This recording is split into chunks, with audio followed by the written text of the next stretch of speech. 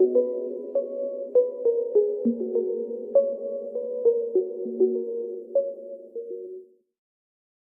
we are, another episode of the Circle of Knowledge podcast. I'm your host, John Comarch Jr., international motivational speaker and founder of Champion Circle, which is a networking association based out of Salt Lake City. We are growing out of Salt Lake City, moving into other cities. If you'd like to learn more about that, shoot me an email would be best, or DM me on social media.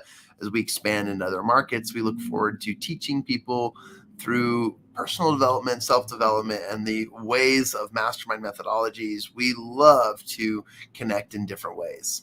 I call it the the millennials way of networking, but at the same time too, we don't have that many millennials in our association. There's mostly people of older demographics from that, and it's one of my favorite pieces of that development.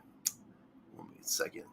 And I really want to pour into today's podcast, because today we will be having another interview by a gentleman who I've been able to connect with and learn from our podcast channels. One of them being Pod Match, which is a great channel for you to get on more podcasts, to be involved in podcasts, to find podcasts, and to broadcast and find great people. We connected, we traded shows, but I'm just really excited to dive into this person's knowledge, their background. And I was recently on their podcast where I got to learn a little bit about something called the SAGE method, which I'm super excited for you all to learn as well.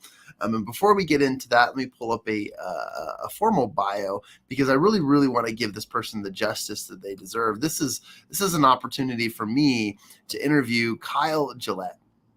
And as I've mentioned, I had the opportunity of interviewing with Kyle just this past week and sharing some of my entrepreneurial stories.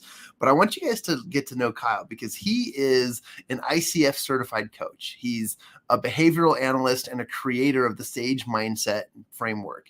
His focus is on helping his clients build powerful self-awareness, create uncommon accountability, maintain a growth mindset, and empower others to do, be, and achieve more than they ever have or ever thought was possible in their lives and in their business. I'm going to get into more of his background and what he does, but he's experienced both great successes as a business owner and the frustrating failures, which I'm really excited to talk about, because again, I've told Kyle this, that the majority of my listeners, the people who are listening to this podcast regularly, are in business, within the first 3 to 4 years of their business. And they're just making that entrepreneurial leap. They're scaling their lives. They're working in that direction. And so we're going to dive a little bit deeper into all of that. But Kyle, thank you so much for joining me on the Circle of Knowledge podcast, as today I get to be front row to learn more and dive deeper into the SAGE mindset and so much more. But again, thank you for being here. Awesome. Thanks, John. I appreciate it. And I loved your interview. I took copious notes, and there was some awesome stuff in there that I learned a lot from. So it was really enjoyable. Awesome. And thank you for saying that word. I love that word, copious. That's one I got to remember to use on a daily basis. I love those words. I'm always expanding my vocabulary, but I appreciate that. And I want to pour into you, because you've got a really cool background. And I really appreciated, both in your bio and both in just getting to know you, your honesty about business, and how cool it's been of a journey for you to experience both the mountains and valleys of them all. I'd love to pour into your life before today. So everything leading up to today, who's Kyle, and where did he come from, and how did he get to here? I'd love to hear that story, as long as it takes, but just take your time. And I'd love to learn a little bit more about where you've come from and how it got you to the present. Sure. Thanks. Well, first of all, thanks for letting me be on the show. I appreciate it. Also, most people don't have the background that I do. I grew up on an orange farm, and a literal orange farm, 40 acres of oranges. My dad's been farming since he was 16 years old. And so 50 years of farming for him. And so I grew up in a family business, doing that as a teenager. I started working when I was in 7th grade. Wow. And if you're familiar with California, where most of the oranges are in this country, We have 100 and something degree summers. Sometimes we'll have 21 days in a row of 100 degrees. And so my job in the summers was to make sure that the trees were getting irrigated and that the systems were working properly. And then I was pruning trees. And I remember one summer, it was the last summer I worked for my dad. It was like the straw that broke the camel's back type situation. But someone had gone through and sprayed the trees, and instead of mixing the weed killer properly, they mixed it the concentration was too strong, and it ended up killing what's called the kind of the skirts of the trees. And so the bottom 18 to 24 inches of all these orange trees were dead on 10 acres worth of orange trees. And my responsibility was to chop all that off with hand clippers. And for 3 months of the summer, I did that work, and it drove me absolutely insane. But it also helped me to realize that the value of hard work. I got paid for it, and I know what it's like to work in 100+ degree weather, doing the same thing over and over again. But it also gave me the opportunity to really think, and it has that whole context of working in that way has helped me to be able to be in my head and be okay with that, and learn from myself, learn from others, but reflect on what I've been learning in the context of silence, in the context of being alone. So that was really good for me ultimately. But man, I got in a big fight with my dad on one of those days, and it was kind of the end of it for me. I didn't pursue that path, and that was one of the major reasons why. So that's kind of the start of my journey. Wow, that part I did not know, and that's a phenomenal, I guess, story in many ways. I'm gonna say this because it's so true, but it is a tiny, tiny little fraction of the population of the people in the United States, or let alone the entire earth, that know what that's like to live and grow up on an orchard or on a farm. Yeah. That have allowed that's the process. That's their lives, to trim trees and work on the trees and to garden. That is a really, really like a small spotlight on a huge world of stuff. And I know that the principles that they'll be able to definitely relate to. But Right. man, what a unique story. And it sounds like just to follow up, does your family still have do they still have the farm and the land?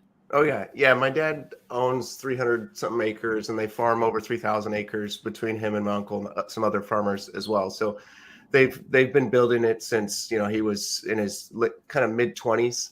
He's Cool. been building his business with his brother, and it's really a beautiful thing. And my cousins and my cousin's husband and a couple other family members are still engaged in it. So it's pretty cool how much of a family atmosphere there is. But quick story again about that. So part of my job was irrigation, and I had to what you call blow out the lines. And so what that means is there's this black hosing that waters all the trees, and in that hosing you get junk because the water comes from a ditch, and the ditch has leaves in it, it has bugs in it, has all kinds of dirt and whatnot in it.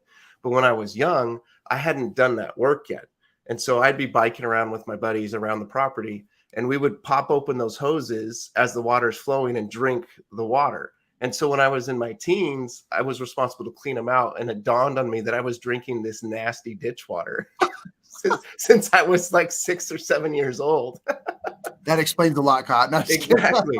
I survived. I'm okay. But sometimes you just don't know, and what you don't know sometimes ends up working out for you because you don't worry about it. So that I've always found that to be hilarious when I realized that I had screwed that sucker up pretty big time. So.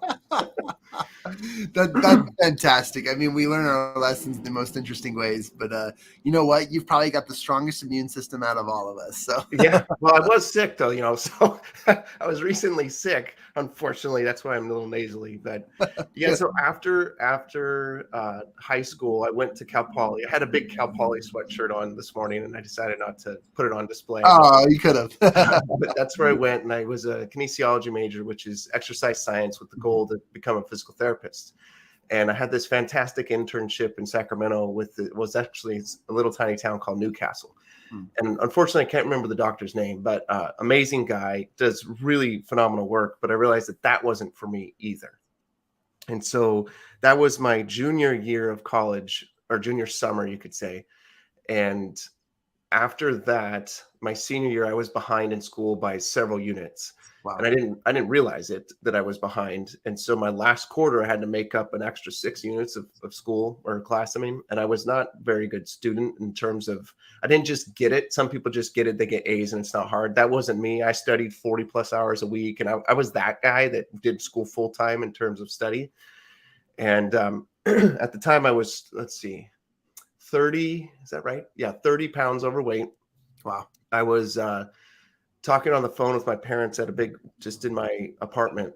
And I was sitting in a chair like the one I have here, just big executive chair, talking to my parents about, I didn't know what I was going to do with myself. I was trying to figure out what was my ideal future. And I was thinking about doing personal training. But the thing was, I was lost. I was very lost. And I also happened to be covered in poison oak at the time too, because I'd gone on a hike and gone off the trail and done some side stuff with some buddies. And I'm very allergic to poison oak. And so I was covered from my neck down to my ankles in poison oak. It was ugly, but it was a microcosm and a metaphor of where my life was, because I was lost. I was itchy. I was super anxious. I was overweight. Nothing was where it was supposed to be.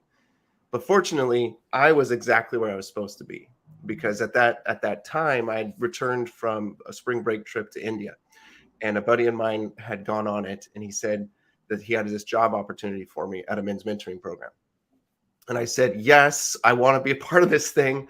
I'll check it out. It was this crazy thing where you lived with these 18 to 25-year-olds that have drug and alcohol histories and sometimes some abuse histories. They needed life skills and work skills. And so I interviewed for the job.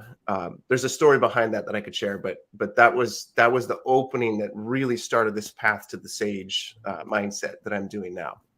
Oh man, I'm excited to dive into that too, because I was showing you before the show. I have a few notes on the acronym SAGE, but the process I can't wait to dive into a little bit more about you and your background before we get to that and dive deeper. And I know, by the way, I appreciate the stories. My listeners love your stories, so keep them coming and don't hold back, because I love that stuff.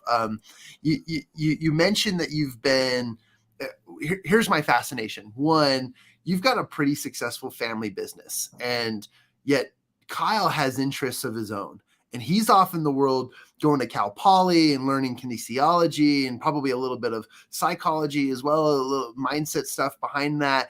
He's developing these methodologies through experience, through business. While you could just go and hang out with the fam, but you are finding really, really impactful and powerful and influential ways of helping people.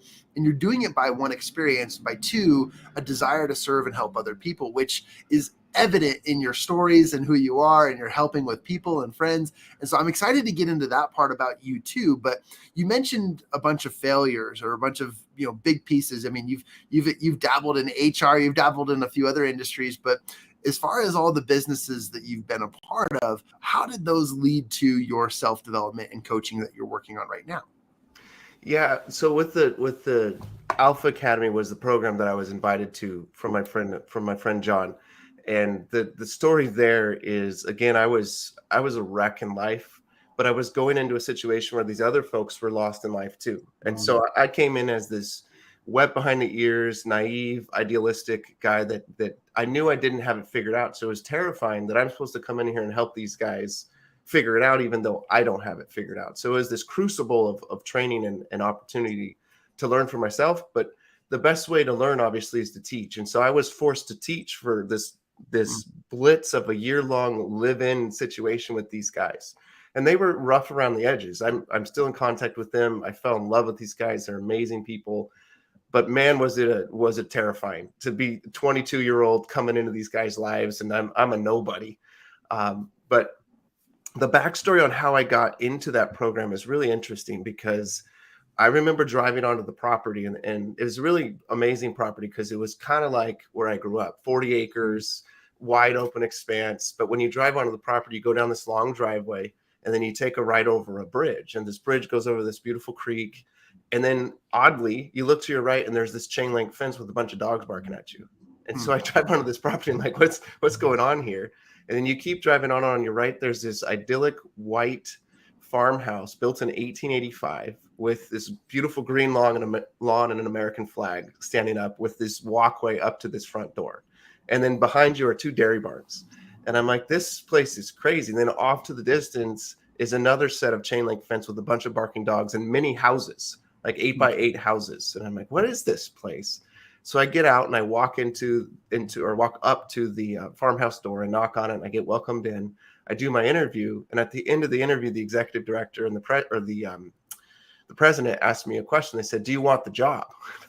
I'm like, wait a second. I've been here for 45 minutes, and I'm going to upend my life and live here in this house on this property for the next year of my life, right? Everything changes. Yeah. That's what you call a paradigm shift in your life. And so I told them, I said, the whole time I was sitting on the couch that I was interviewing across from them on, I felt like I was being pulled into the couch. And it's a Christian mentoring program. So I felt like God was pulling me and pushing me on my shoulders down into the couch and saying, this is where you belong. Stay here. And so I stood up, shook their hands, and said yes. And then a few weeks later, joined the program. 9 years later, I was still a part of the program. So this was a huge piece of my development, and really the very, very beginnings of the Sage Mindset, because it's locked into all the things that I learned there and taught there. And there's a lot more to that experience that I'd love to share, but that's the heart of it, the beginning of it. Wow.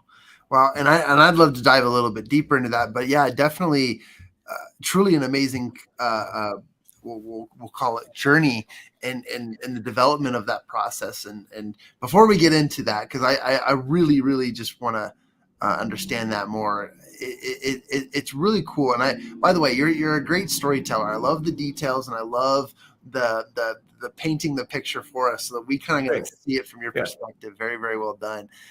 With all that being said, looking back, out of all the trials, all the tribulations, but all of the surprises, but even just the things that have come about from you setting foot in a direction to create that journey, what has been, I don't know how to ask this other than what has been probably one of the most impactful memories you've had in the process of creating this methodology, and what you've learned, and if there was a moment or a series of moments or a connection of experiences, what's been a very, very impactful part of that journey to the present?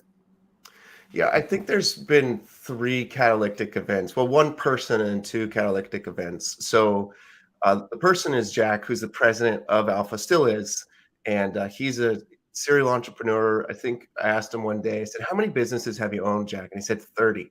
And I was like, wow. So I got mentored by him for 9 years. And just every single day, every single week on Tuesdays, we'd go to lunch for an hour to hour and a half.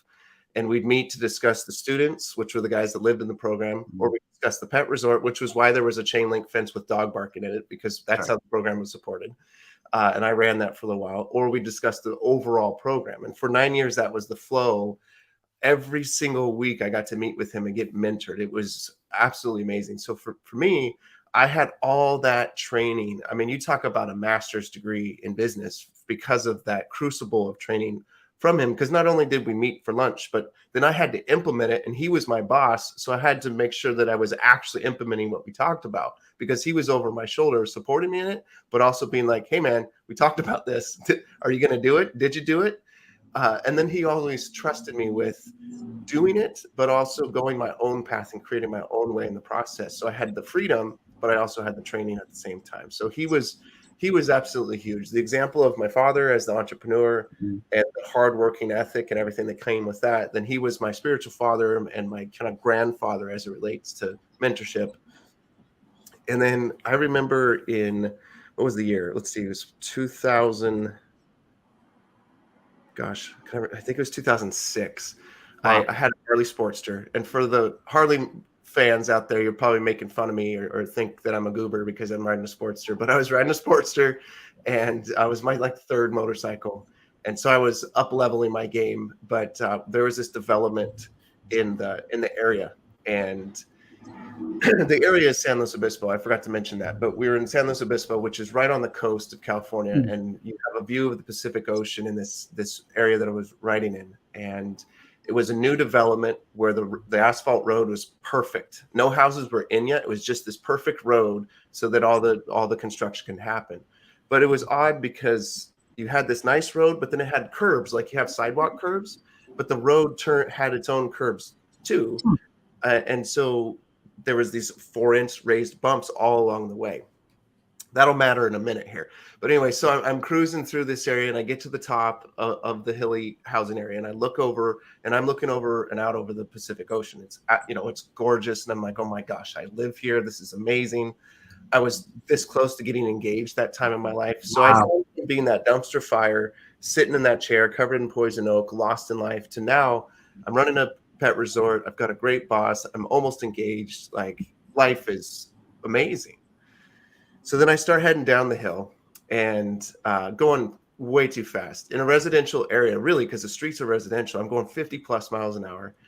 And from my memory of going up the hill or going up to the top, there's this hill that you go over, but it goes straight. Well, the reality was it actually curved to the left. And so when I was going 50 miles an hour up this hill, it curved and I didn't expect it. Oh. And so I had to lock up my brakes. And I remember looking down as I locked up my brakes, which I shouldn't have done. There's different methods to get out of that situation, but I chose the wrong one. And I slammed into that 4-inch curb and went flying 30 feet through the air, landed wrapped up in barbed wire fence because it was on this pasture land, and slammed my head on the ground, knocked myself out. And I woke up, I don't know how much longer later, but I woke up and the motorcycle motor was 12 inches from my head. So I just barely survived ultimately. And that was a very sobering moment in my life. And I can't tell the rest of the story because it takes way too long, but let's just say there's some crazy circumstances of how these two people just miraculously showed up to get me down the mountain. I don't know where they came from because I didn't see them when I was at the top. And they couldn't have driven past me and ignored me and then come back down, but they came down to me. It was very strange. But anyway, this was that moment of God saying to me, hey, I have more for you. Wake up, buddy. There's more for you in this life. And I helped you. I protected you in this incident so that you could continue on your journey and do what I have for you. So that was the first moment, and I have a second one too, but that was the first moment that started the journey towards Sage, really. Wow. A bit of a divine intervention that can't be explained other than, faith and just knowing that there's greater power. Wow. That's I can't wait to get to know you more on a personal level, Kyle, because this is cool stuff. And again, when you think you're at the top of your game, our vision and our mission in lives will ultimately be enhanced by that which is our true purpose and power. And I can't wait to dive into that. And I understand and know that the Sage method, which we'll get into here in a second, is your bread and butter. You developed this methodology, and we don't want to give away all the keys to the kingdom because we do want to share people an opportunity to connect with you, to get involved in your Facebook group, and to talk more with you about the method as they learn more about you. So we won't give away all the keys to the kingdom today, but I want people to understand that these methodologies are as a result of the impactful and powerful stories that Kyle is sharing, as well as the development of outcomes that we should all continue to strive for. And that's something I'm really excited to dive into. Now, that being said, that miraculous story, obviously it looks as if you've come from that traumatic experience almost unscathed. You probably had a broken bone or two or some scratches and stuff, but somehow people got you out of there. You're here today and you're on a mission. You're teaching and helping business owners, entrepreneurs, and many other professionals to develop a mindset that accelerates the process. I know that you have several processes that you like to talk about, and I'm happy to jump into all of them or any of them today. We can talk about the 4 key ingredients of accountability if we need to, and I really want to dive into Sage a little bit, but let's transition the conversation a little bit more over to the present, and let's talk about Sage, what you do, how you're operating, and what the methodology is all about. Yeah, so after lots of different job failures and experiences and failed businesses, I had a successful personal training business and then 2 failed attempts at these other businesses, and then opened this one. And it's just been growing year over year. and it's been wonderful. But part of the reason that I started it is I knew that I was doing personality stuff, and I was doing the work of uh, workshops and one-to-one assessment results and diving in and kind of doing some subtle coaching of people in those contexts. But I realized that DISC, which was a tool that I used and still use, isn't mine, and I couldn't do anything with it, and just anything that I wanted to with it. And I wanted to have that freedom, and I wanted to have that flexibility. So I was trying to figure out some sort of a leadership framework that I could lean on and that could be mine, and I could do whatever I wanted to. And every day I was thinking about it for the first several months of the business, and I never could come up with a good acronym. Then one night I heard a voice say self-awareness. Woke up 3 a.m. to the voice, and it clicked, and I went, that's it. That was the missing word that created the rest of the acronym. So I jumped out of bed and ran into my kitchen and sat there just in my boxers shivering because it was cold that day, and spent the next 4 hours beginning the process of creating this SAGE framework. So SAGE, that first letter is the S, of course, and that stands for self-awareness. And the metaphor I like to use is the idea of a leadership house. And the leadership house has a foundation of self-awareness. If you have great self-awareness, you can build an amazing leadership house on top of that self-awareness. Without that self-awareness, your foundation isn't going to be strong enough to hold the amount of influence that you could have. So powerful self-awareness creates opportunity to influence amazing amounts of people. The A in SAGE is accountability. And that's the nails that holds your leadership house together. Without accountability, I don't care how good of structures you have in place, how many people you influence. At some point, without that accountability, things will start to fall apart, start to crumble. In my book, I talk about the big bad wolf of leadership, and that big bad wolf wants to blow down your leadership. It wants to knock you down, whether it's the market, competitors, an internal voice, and external people that are trying to beat you up. That big bad wolf comes in and tries to blow it down. But if you have high levels of accountability, all it's going to do is shake the door and rattle the windows, and you can handle that. The growth is the walls and the roof. And it's the idea that there's times when we need to remodel and adjust things, but you can always grow your leadership. And then empowerment is the windows and doors. And that's the idea that people within your leadership get to be influenced by you. And at some point, they start to look out those windows and go, wait a second, I feel so empowered as a leader that I want to step out from underneath your leadership and move into my own opportunities. And a SAGE leader says, awesome, go for it. Meanwhile, when that door is open, as that person leaves, somebody else walks in because they want to be influenced by you, because they've seen the power and impact of what a SAGE leader can do. And so that's the metaphor of SAGE and how I use it with my clients every day that I'm coaching them. I love that. And just a little bit of a relation to something that we teach at our networking association, very, very similar in alignment with what you shared. And I love the way you've described it and have turned it into more than just a method, more than just a mindset, but a let's call it a tangible, acceptable skill set that one can have as a leader of themselves, their organization, or whatever. But it's I like this. This is an impactful way to help people understand and again, I'll always go back to principle number one, because I think you and I both believe that principle number one can be the foundation of all success for all principles following it. And having a self-awareness is just vital, absolutely vital. Like the vitality of any success principle in this world starts with some sort of awareness or foundation of awareness, where you can outwardly, you can from an outside perspective look inward. That's what I meant to say, on where you're at and make that evaluation. That's phenomenal. I love this idea and this method, and I think this is extremely valuable, especially for leaders. Do you find that you are working with more individuals than you are corporations, or do you feel like the SAGE mindset is a perfect fit for a lot of internal organization as well, for like teams and so forth? Is this a methodology that could be used for more than just the individual? It could be used for other contexts as well. But who do you find it helps the most?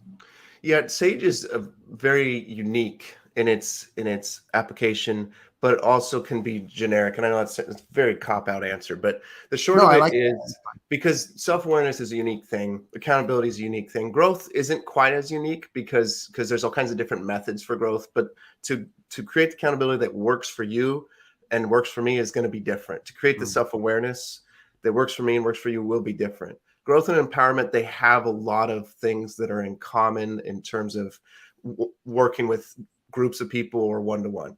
So for me, I can do a lot of the growth help and empowerment help as a bigger picture. But when it comes to the self-awareness and accountability, that's much more of a one-to-one experience, because people have hangups. They have their imposter syndrome that comes from various places. They have their overwhelm that comes from various places. They have their lack of accountability and their struggles with that come from various places. So primarily my work in Sage is with small business owners that are people focused, and they really want to improve themselves because they know that their improvement of their leadership house will improve everybody that's underneath their influence. And that's my primary work. But Sage also is, yes, it's a mindset, but the next level of Sage, I talk about the steps that lead up to the Sage house. And the first step is a tactical step. That's the coaching work that I do that solves problems, simple problem solving type stuff. Then you have the strategic step, which is obviously thinking forward. It's solving future problems and anticipating those future problems so that you don't have to deal with them in the future. You solve them now. And then there's the mindset resolutions. That's the work of habits, creating these habits in your life so that your mindset sets shift and it creates this massive change for your future. But the final step before you really can become that Sage leader is a transformational experiences. And what I mean by that is I call them kind of the miraculous moments when you're having a coaching conversation, or you read a book, or you just wake up one morning, or you're taking a shower and you realize something, and that realization shifts things. It's like the person that quits smoking cigarettes. They quit cold turkey, but the opposite end of this. They realize something and it changes forever. It's not this slow burn. It's this quick snap of a realization and everything shifts. So as Sage leaders move up those stairs, they get to that transformational place, and then they really can influence people at that Sage level. And it's you can't live there. It's too hard to live at transformation. You can live in mindset, but those are the steps that I coach people through and work with people on. Man, I'm learning so much, and I appreciate the examples, stories, and metaphors to help us understand the levels upon levels of this mindset and more in leadership tactics. I think this is great, and personally, I'd love to dive a little bit deeper. So we briefly covered self-awareness and the impactful purpose in that foundation, but let's move on to A. And I know that you've got a few accountability principles that are definitely powerful, and from one accountability believer to another, I'd love to learn more about what your the 4 key ingredients to accountability are. Yeah, so I love acronyms. Mnemonics help me remember things. I don't remember anything before I was 12 years old. So anything that I share with people before I was 12 years old is other people telling me about it, their version of my story, and then me sharing it back. So that comes from the drinking water at the yeah. not remembering. I'm just kidding. I guess there were consequences. I'm just kidding. But really, I don't really remember things before I was 12, and I also don't remember things very well. But I've created methods to fix that, and one of them is acronyms. And people love acronyms. They love stories. They love alliteration. So this is one of those examples. I'd love to pull out the sheet of paper that has like 14 of the acronyms that I use to run my business, but it'll take too long to find it. But anyway. This one is PASS, P-A-S-S, and it's the way that I describe accountability, Sage level accountability. The P in the accountability PASS stands for passive accountability. And the first thing that John, you can do and your listeners can do is I want you to think about a goal that you have right now. So a vision or a goal that you have in your life. And as you get that in mind, I want you to think about what's the story behind it. So let's say the goal is to double your business income. Just keep it real simple here, or to lose 20 pounds. One of those two angles. Well, why do you want? Most people, the reason that they want to lose the weight or the reason that they want to earn the more money isn't to just lose weight or just to earn the money. There's a story behind it. There's a reason behind it, or you could call it a why. Figure that out. What's the feeling that you want to get from this loss of 20 pounds or this doubling of your income? What's that feeling? if it's so that you can enjoy spending time with your family, so that you can go on this adventure because you've lost the weight, or you can go do a marathon, the feeling of finishing that marathon, whatever it is, figure that out. That's your why. Now share that why with as many people as you possibly can that you know care about you. Typically, that's going to be 10 to 30 people that you're going to share it with. Make that list, create a list of those people and then go and share it with them. When I wrote my first book, this is how I did it. I told probably 30 people that I was going to write a book, and about probably 20% of them, about 6 of them actually followed up with me and checked in with me periodically on how I was doing it. That's the passive part. You've told people your story. They care about your story. They're interested, and they check in with you. So by default, they're keeping you accountable, but you haven't asked them to. They just care about you. And so they're asking you what's going on. And then you're like, oh crap, Joe's going to ask me about if I'm losing the weight or not, or if I've been increasing business revenue. And so I better stay on it. So it's a passive way to create accountability. And it's really fun because you get to the story, and then people engage your story. The A in PASS is active accountability. And this is the idea of telling your story, but you pick very specific people to tell it to with a specific purpose behind it. So I have a guy named Larry that's a mentor of mine, and he knows my story. He knows what I'm trying to do and why I'm trying to do it. And every other week we meet on Wednesdays at 6:30 in the morning to talk about those things. And he helps me to stay accountable to those things that I'm trying to achieve. And he asks me specific questions. What's going on with your family? What's going on with this book thing? What's going on with your business? What progress have you made? Very specific accountability. And then I offer it in return to him. Now he's older and he's more of a mentor, but I still offer it to him in return, and he accepts it and he talks about his stuff. That's active accountability, because I know I have a scheduled meeting every other Wednesday to talk to him about it. And for you, you can do this with a scheduled 15-minute phone call, Zoom call, or meeting, but it can't be a text or an email. It doesn't work. It has to be, quote, face-to-face or ear-hole to ear-hole. And it needs to be 15 minutes or more. But the beauty of it is it's an exchange. So you go and you reach out to one to 3 of those people on that list of 10 to 30 that you made. And you say, hey, I'd love to talk to you about accountability and work together on the thing that you're trying to develop and grow and this goal you're trying to achieve. And if you can help me to achieve mine, that'd be awesome. And you set up coffee dates or whatever. Then you get to the S, and the first S in PASS, and that's structures. The structures are, in short, it's the alarm clocks on your phone. It's the reminders on your phone. It's the calendar. It's your to-do list. It's also the gym bag on your front seat of your car, so that when you get in your car after work, you show up. It's a contract you sign with yourself, and you hand it to your accountability partner, say, I'm going to freaking do this thing. And then he holds you to it. I had a lady that I did a coaching call with, and this year was the year that she was going to grow her team. And what she meant by that was to grow them as individuals. And so we were talking about active structures in accountability for her. And I said, well, how are you going to do that? How are you going to create that accountability for your team and for yourself? So we talked about it. And the conclusion was she was going to create contracts for every one of her employees that was her agreement to them to help them grow, sign those contracts and hand it to each and every one of those individuals to make a commitment to them individually. So that's a structure she put in place to create accountability. It was super, super cool. And last is the self accountability. It all boils down to me. We can't be accountable. Ultimately, we're accountable to ourselves. And I understand that. So those that were resisting this, don't worry. I understand that really ultimately it's up to you or up to me to be accountable. But let me tell you a quick story. I'm going to ask you, John. I want you to picture, and the listeners too, picture 3 frogs on a log. Okay. And 2 of them decide they're going to jump off. 10 seconds passes and you look again. How many frogs are on the log, John? Man, I'm looking for the trick question here. All right, so let me process this. Okay, you got it. I'm probably thinking too strong, or probably thinking too hard about this. So you're saying there are 5 frogs, 3 logs on the log, and 2 jump off. 2 decide to jump. 2 decide to jump off. 2 decide to jump off. How many are left on the log? There's 1 left on the log. Okay, so if you looked again, there'd be 3 left. And here's why there's 3 left still.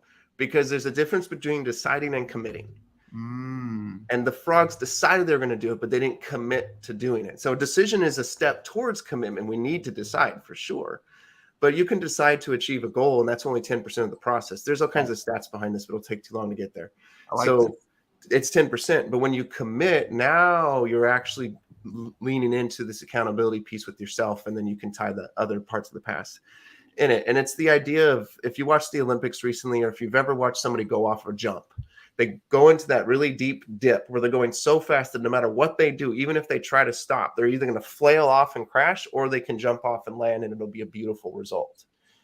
That point of no return where you lose gravity is going to be commitment point. And so as you're trying to achieve your goals, and as you're committing to various things in your life, figure out where it is that you lose gravity. Figure out where it is that you hit that commitment point where there's no return, where you can't look back and go, oh, I'm actually going to go back.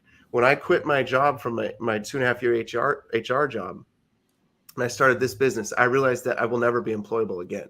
Because once you work for yourself, you're screwed. It's so hard. You can't work for anybody else, because you know what the freedom is to work for yourself. And that was my point of commitment. And it was over. And I don't look back. I don't even consider it.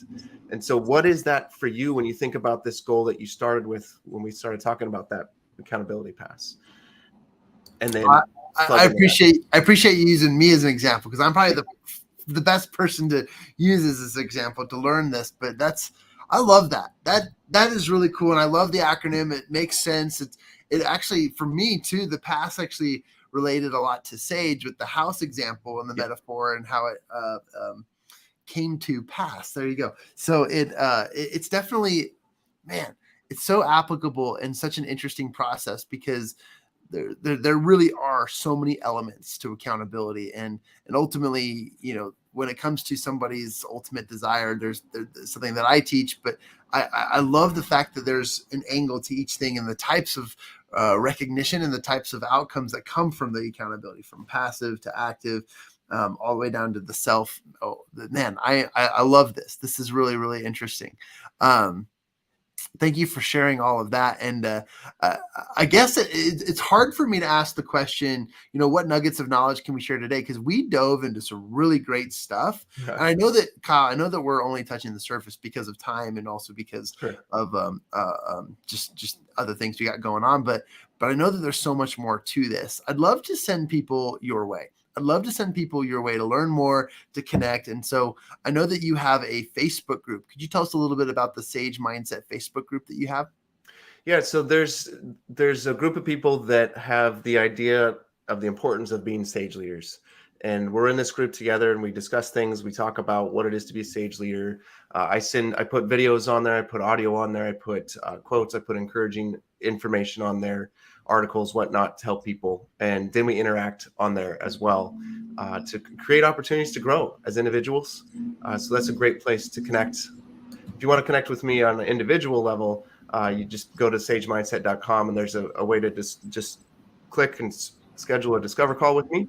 30-minute conversation, and we do a mindset check and see how things are going with you, and we can get to know one another at that point.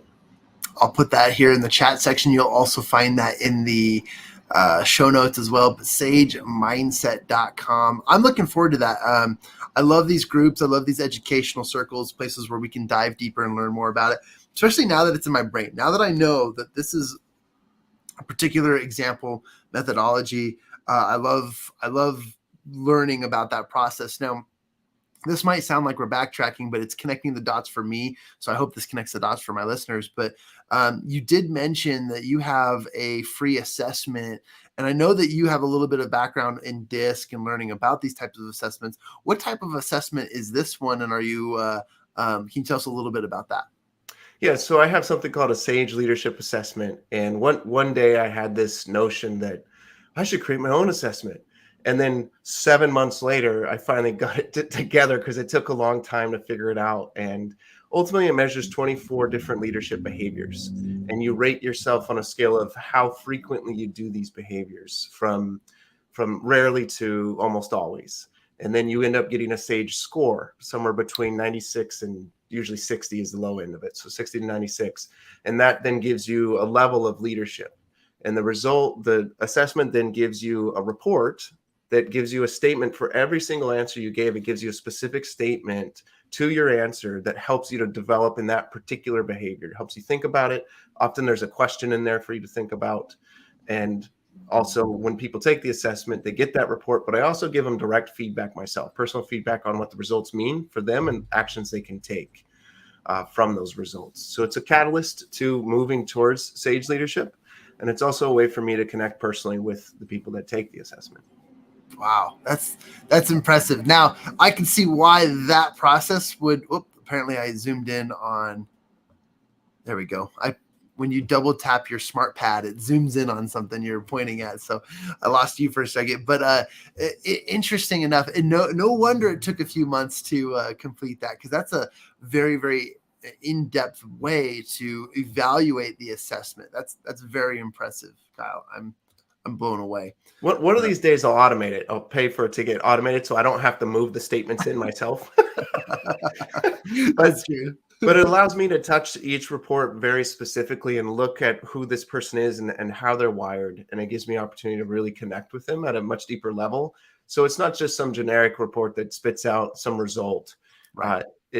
It's I'm doing it for the person because I want to be able to serve them specifically and then give them feedback via video so they know, oh, wow, he actually is caring about my leadership at this level already.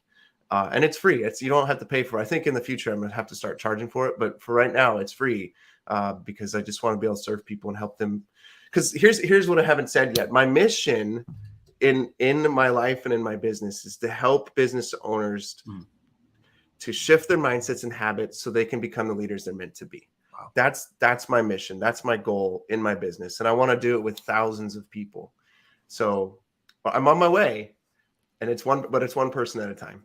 I admire your mission, and thank you for sharing that. I'm so glad we didn't forget that, because truly at the end of the day, when I meet people, when I connect with them, I want their missions to be told. I want their stories to be out there. I want people to understand that, because I'm a firm believer in a lot of the self-development quotes. And one of my favorite passive mentors is Zig Ziglar. And my favorite line from Zig is always you can have anything in this world if you serve other people or help people get what they want. And in return, you shall get what you deserve. Right. And I think that's just powerful, because as you share your mission, so many more people can definitely connect with that and know that, wow, if that's what Kyle's mission is, I wonder what my mission is. And it just continues and perpetuates this level of awesome. And I'm grateful for that. So thank you for sharing that as well. Yeah, for sure. I really want to encourage my listeners, go to sagemindset.com,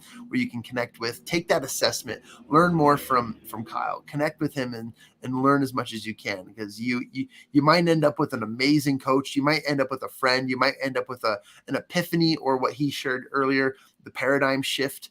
And this is what it's all about. If you can't make shifts and bounds and leaps in your accountability, in your mindset, and how you operate, there's so much that you are missing out on, because this is where you can make an amazing shift and predominant change in your lifestyle, your business, your operations, and even in your leadership. And even though we use the theoretical house example, I'd say it stems all the way down to your house life or your home life. And that's 100%.